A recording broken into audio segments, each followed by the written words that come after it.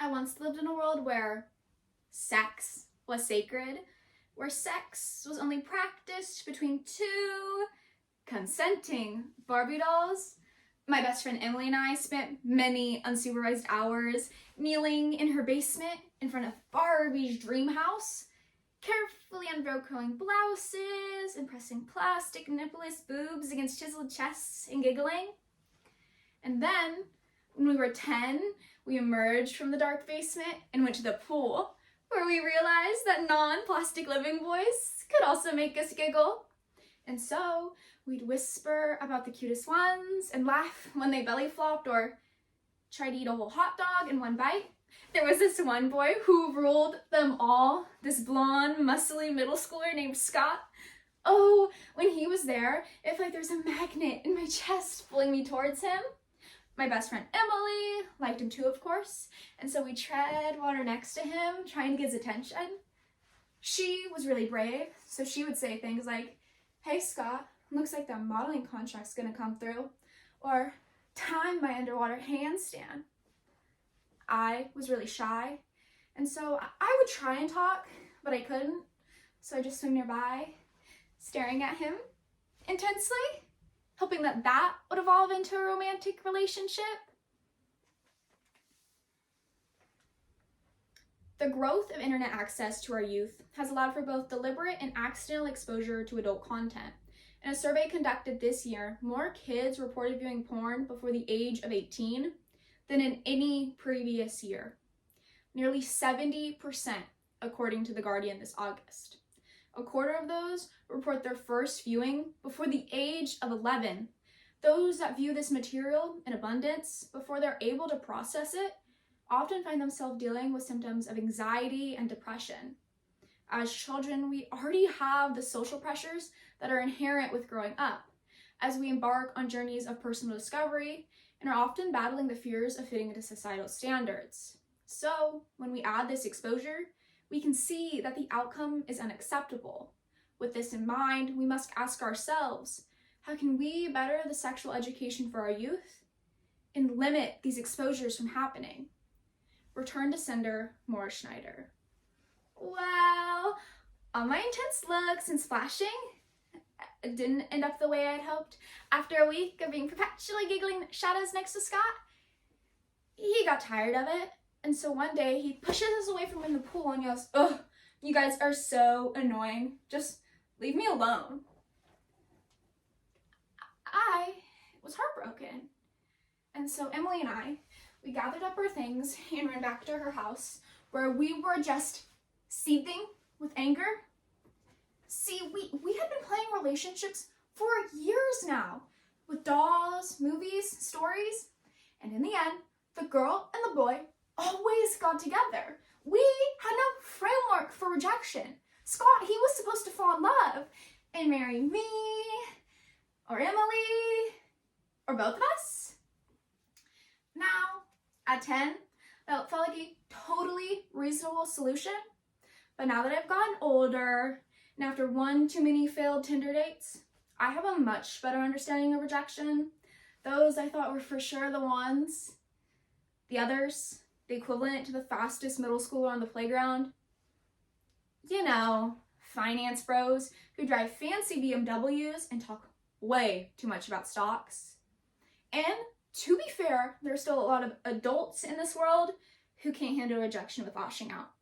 And I was 10, and I still had like 12 of my baby teeth. And so, Emily and I, we started plotting. We want to take that pain out of us and get it onto Scott. I don't know why, but the solution was a letter. No, a sexy letter. No, a sexy prank letter.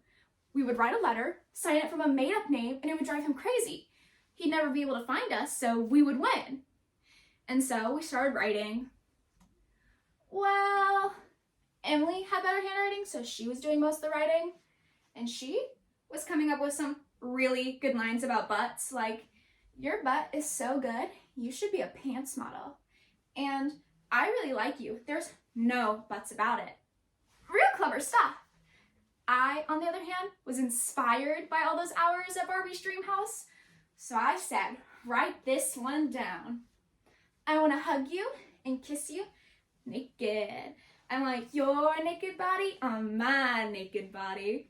It was the best. And so we signed it from the sexiest woman's name we could think of, Veronica. And afterwards, we took it to his house, slipped it into the mailbox when the coast was clear, and went home and played it cool. Now, at 10, I had basically forgotten about it until I was upstairs feeding my hamster when I looked out the window, and there was Scott and his brother, and they were marching down the street, and he's holding the letter. I panicked. I ran to the bathroom, but you see, the door, it didn't lock, and so I had to slam my shoulder up against it, and at this point, Scott, his brother, and my own sister were pushing on the other side, but I've got a lot of adrenaline, so I'm holding my own, and then the door, it pops open, and Scott and I make eye contact in the mirror. I'm horrified, but he is still so cute. I close it again, and he starts interrogating me between fits of anger, heavy breaths, and glances in the mirror. And he starts asking, who's Veronica? Who's Veronica? And I'm like, I don't know. And he goes, who's Veronica? And I go, I think she goes to school with Emily. And then it stops. He leaves. And I'm like, oh my gosh, he just bought it and I'm in the clear. But I sold my best friend out pretty quickly. But I wonder if we could still have a romantic relationship. It was not over. The next day, Scott's mom called my mom, who called Emily's mom, and they must have had the most awkward conversation a mother has ever had to have as a mom.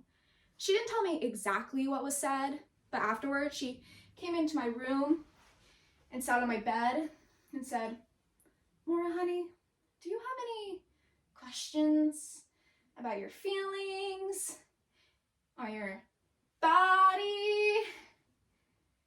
And I'm like, oh my God, no. I could not tell her about this. The doll, Scott, the letter, it's too much. But when I open my mouth, I just start to cry.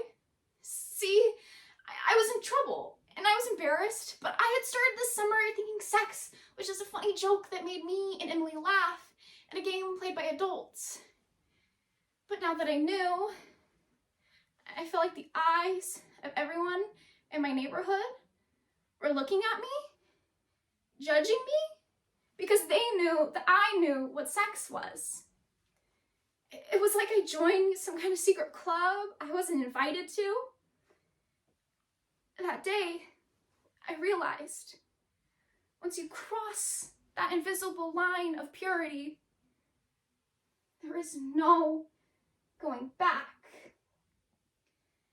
I felt a piece of my innocence slip away from me that day. As you may have guessed, I did not end up marrying Scott. Neither did Emily. I'm not actually sure where he ended up, but wherever he is, I do hope he didn't end up like one of those guys who spends way too much time talking about stocks. But it is funny to look back at a time in my life, my loss of innocence. But I don't know. Maybe it wasn't a loss. Maybe it was me acting on it one final time in love, in hope, and just a little bit of plastic.